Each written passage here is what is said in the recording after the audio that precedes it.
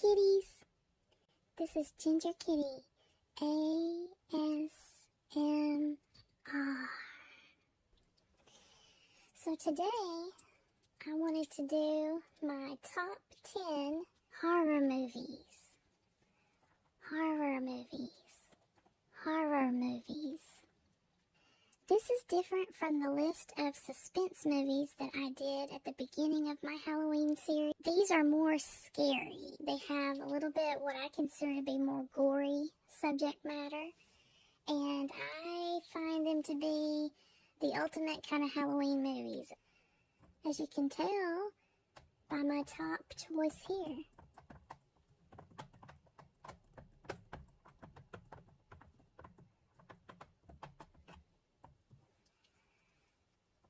Halloween with Jamie Lee Curtis. This is the go-to every year for my husband and I to watch. And the mask, for those that may not know, was originally modeled after Captain Kirk.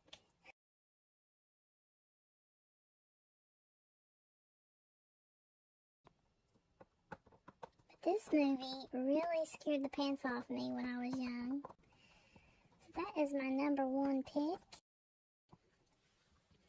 You may notice my friend Fred over here from the previous video in the kitty cat litter cake. He's over here keeping us company. And he is guarding my honorable mentions over here to the left. There's 5 honorable mentions and my top 10. Number 2. The Exorcist. This is a very scary movie in more of a supernatural kind of realm, whereas the other is about a serial killer. The Exorcist is really scary for those of you that may believe in the possibility of demons, angels, ghosts, things like that. Linda Blair does an exceptional job being the child that becomes possessed by an entity. And it is still one of the most scary movies that I can think of today. If you haven't seen it, watch this version. This is the original Exorcist. I tend to go for the classics. I mean, I will watch the remakes, but the classics really capture my attention, just, because I grew up on them. They also have a different quality in filmmaking that I appreciate, and they're a little bit more scary.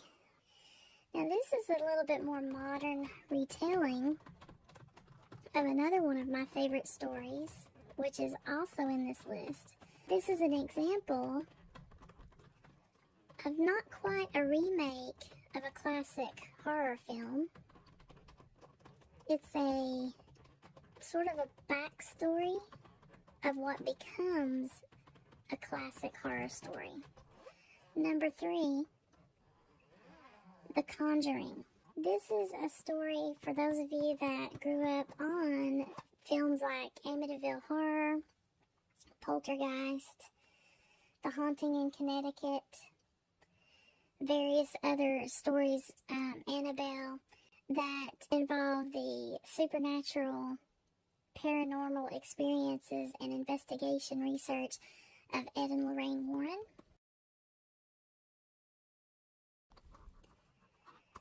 That is what this story is about. This shows a young Ed and Lorraine Warren as they are embarking on their career in paranormal investigation. They are investigating a home with a very young family experiencing a lot of activity that's terrifying the kids and the parents. And they agree to accept this case, which becomes known later for there being a witch possession. Which brings me to another Ed and Lorraine story. The Amityville Horror at number 4. Now, this is the original with Margot Kidder, James Brolin, and Rod Steiger. Again, I prefer the classics. They seem like they have the most ambience, and I really have the feeling of terror, whereas the modern remakes that have, like, Ryan Reynolds in them, they're more Hollywoody. This is another investigation that Ed and Lorraine Warren were involved with in some capacity, and there were many books about their experience that were written. This movie got made as a result of the terrifying story in one of the most famous haunted houses in America. Now, I have seen the movie with Ryan Reynolds. I do like it, but like I said, I prefer the originals. Number 4, the Amityville Horror. And just look at that house. Spooky, spooky, spooky. Number 5.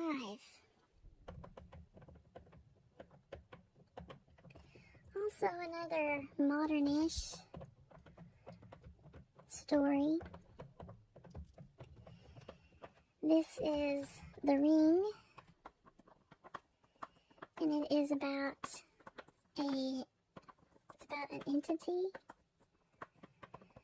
that chases people down after they've watched a video, unless they pass that video on in 7 days. And it's a pretty interesting concept because for the first time, this particular movie involved VHS in movies, in the transition to DVDs and all of that. So it's pretty cool cultural reference as far as people renting and watching VHS movies. Still, it has a modern feel to it. This is one of those that makes you think. It also has an element of historical reference to it, which I like. And there are several jumps and scares in this.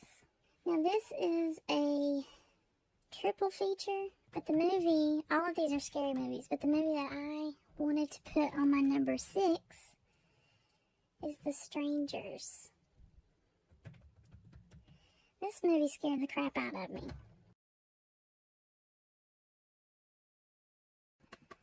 This is a subtle scare with people wearing masks and home invasions. Are they outside? Are they inside? Who knows? Are you safe? Are you alone in the house? So if you've not seen The Strangers, be prepared. There's really not any pictures on that, but be prepared. You're going to be checking your locks and your windows and everything after this. Number 7 is another classic, guys. This is more along the lines of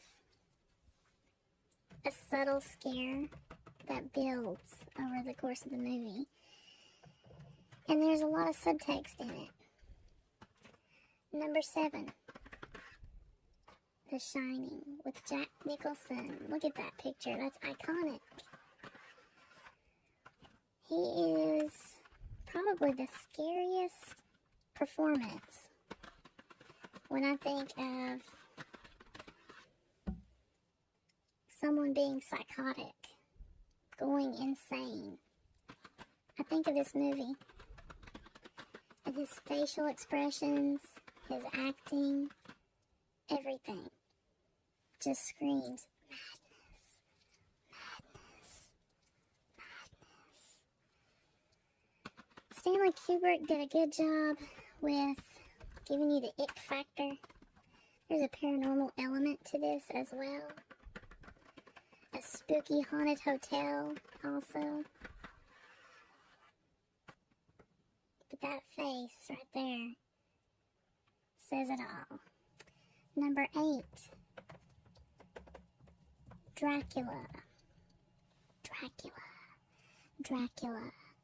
Dracula. Now, even though this isn't a classic Dracula, like with Bela Lugosi, this is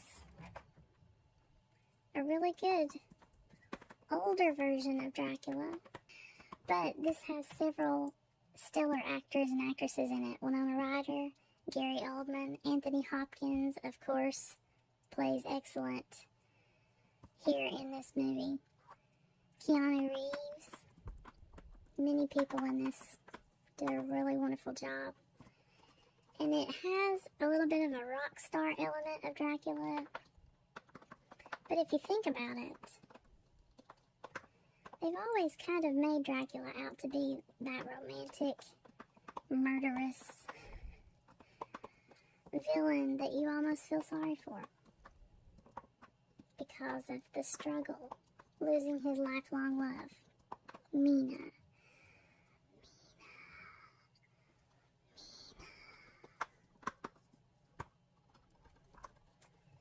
So, if you have not seen this version of Bram Stoker's Dracula, check it out.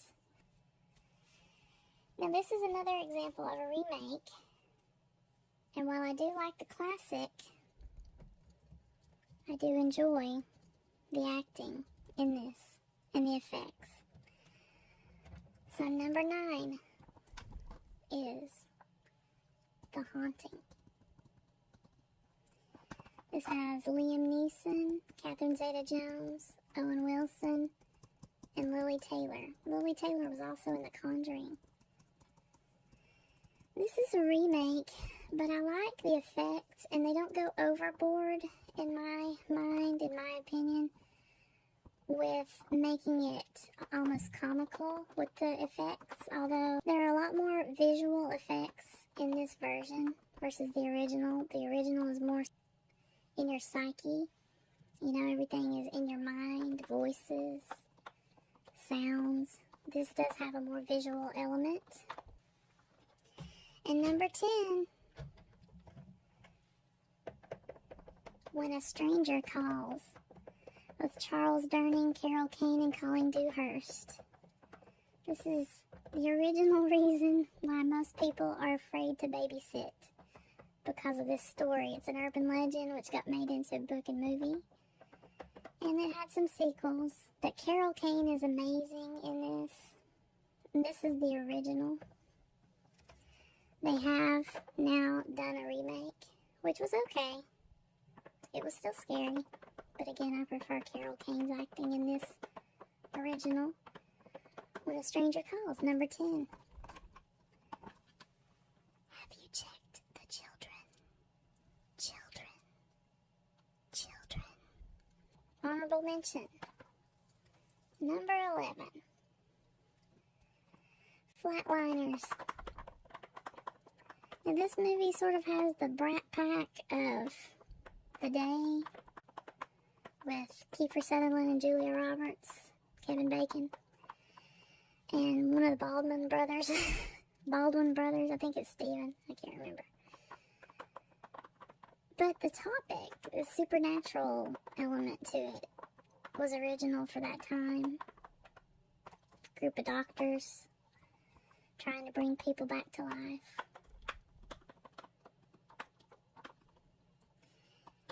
And it really scared me when I saw it for the first time. Number 12. This movie scared me to death. Ghosts, creepies, spookies, scaries, paranormal, all that stuff. Number 12. Insidious.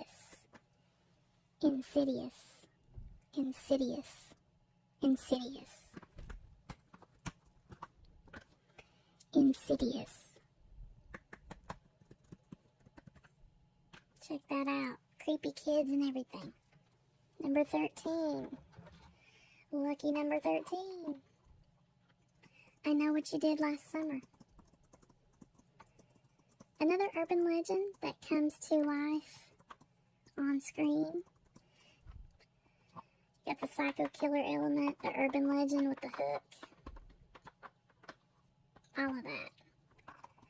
Jennifer Love Hewitt and Sarah Michelle Gellar.